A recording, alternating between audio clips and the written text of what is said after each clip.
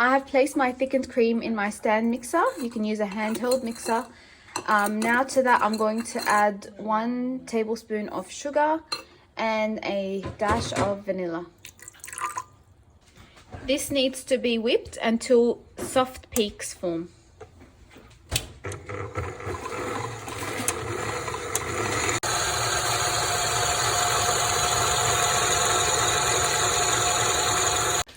This is perfectly whipped. As you guys can see, a little peak forms when I lift the whisk attachment. You don't want to over whip your cream because we don't want it to curdle once we are spreading it out. Here I have my biscoff spread. I'm just going to remove that silver lining on top so I could heat it in the microwave. Make sure none of the silver is still remaining on the jar before you place it in. Looks like at room temperature. I'm going to heat it now and show you how it's going to become. Here's what the biscoff spread looks like once we have heated it in the microwave for 30 seconds. Absolutely delicious.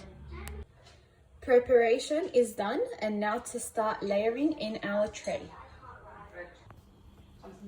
First layer is the biscuits, so you don't need to dip them in anything because they will soften when they get in contact with the cream and stay in the fridge for approximately 6 hours.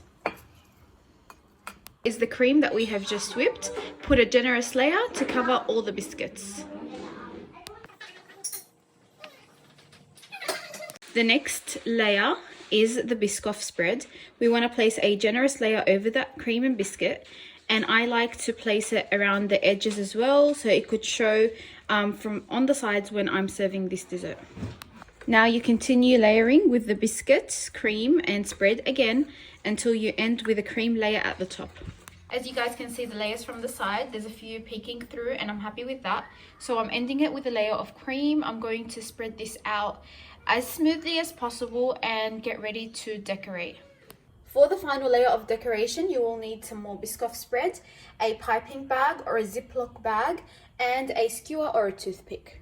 I have made an opening in my Ziploc bag, and now I'm going to start piping some lines and spacing them out equally as much as possible. What you do now is you get your skewer or toothpick and you start pushing these lines downwards.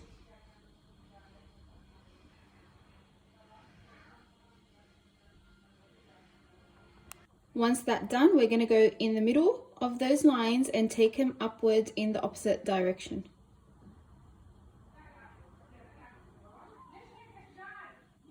This off, I've got some crushed biscoff biscuits and I'm going to go around the border and outline my whole tray.